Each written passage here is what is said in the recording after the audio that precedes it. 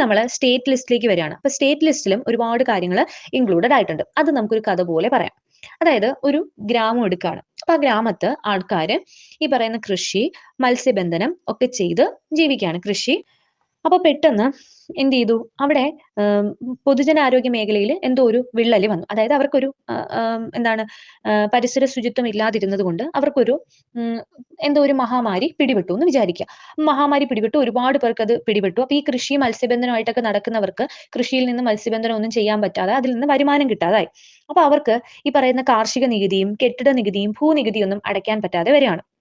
അവർക്ക് കാർഷിക നികുതി, കെട്ടിട നികുതി, ഭൂനികുതിയൊക്കെ അടയ്ക്കാൻ പറ്റാതെ വരികയാണ്. പക്ഷേ ഇവർക്ക് ഇത് അടച്ചേ പറ്റുള്ളൂ എന്നുള്ള ഒരു ഓർഡർ വരികയാണ്. അപ്പൊ ഇവര് ഈ ഒരു ചർച്ച കൂടുകയാണ്. എങ്ങനെ നമുക്കിത് സോൾവ് ചെയ്യാം എന്ന ഒരു ലക്ഷ്യത്തോടു കൂടി ഇവരെല്ലാരും കൂടി ഗ്രാമത്തിൽ, അതായത് ഗ്രാമം എന്ന് പറയുമ്പോൾ ഒരു തദ്ദേശ സ്വയംഭരണം നടത്തുന്ന ഒരു സ്ഥാപനമാണ്. ഒരു സ്ഥാപനം പോലെ. അവര് അങ്ങനെ ഒരു ഗ്രാമത്തിൽ എല്ലാവരും കൂടി ഒത്തുകൂടുകയാണ്. അപ്പൊ ഒത്തുകൂടിയിട്ട് അവരെന്ത് ചെയ്യാണ്? ഇതിനെപ്പറ്റി ചർച്ച ചെയ്യാണ്. അപ്പൊ ഇതിനെപ്പറ്റി ചർച്ച ചെയ്തിട്ട് അവര് പറയുന്നു, നമുക്ക് എവിടെ പോവാം?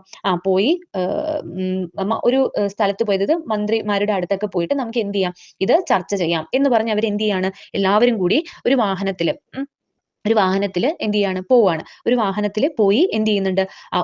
ഈ മന്ത്രിമാരൊക്കെ ഇരിക്കുന്ന ആ മന്ദിരത്തിന് പുറത്തു പോയി ഇവരെന്ത് ചെയ്യാണ്? സമരം ചെയ്യാണ്. അപ്പൊ സമരം ചെയ്യുമ്പോൾ സ്വാഭാവികമായിട്ടും ക്രമസമാധാനം നഷ്ടപ്പെടുന്നു.